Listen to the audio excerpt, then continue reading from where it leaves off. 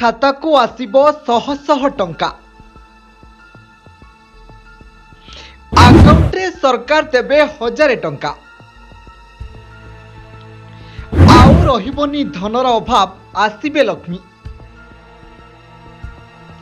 Pocket रे पसिबो शह शह टंका।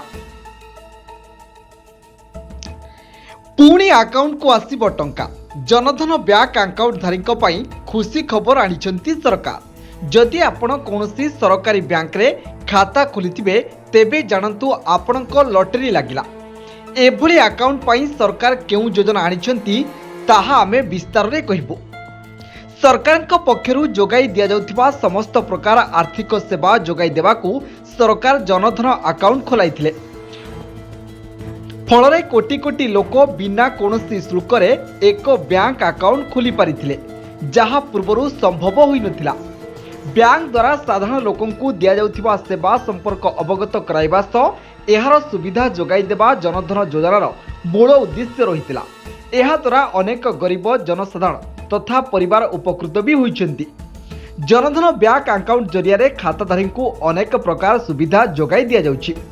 तेबे आजिर आर्टिकल ए अकाउंट रे किभली 1000 टंका पाई परिबे से विषय विस्तार भाव में कहुछि। अणसंगठित क्षेत्र में कार्य करुथिबा अधिकांश लोकंकु एही योजनार लाभ मिलिबो। एही योजना रे मासिक किछि शुल्क बा प्रीमियम प्रदान करी प्रति मासरे 1000 टंकारु 5000 टंका पर्यंत पाई परिबे। एही योजनार नाम होछि अटल पेंशन योजना। एही योजना रे 60 वर्ष रे हिताधिकारी को बैंक अकाउंट जरिया अति कम रे 1000 टंका जोगाई देबे सरकार। स्थानीय बैंक को जाई अटल पेंशन योजनार फॉर्म भरी दाखल करि परिबे।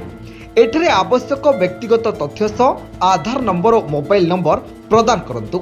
आपणको प्रीमियर राशि आपणको अकाउंट रु काटी दिया जिवो।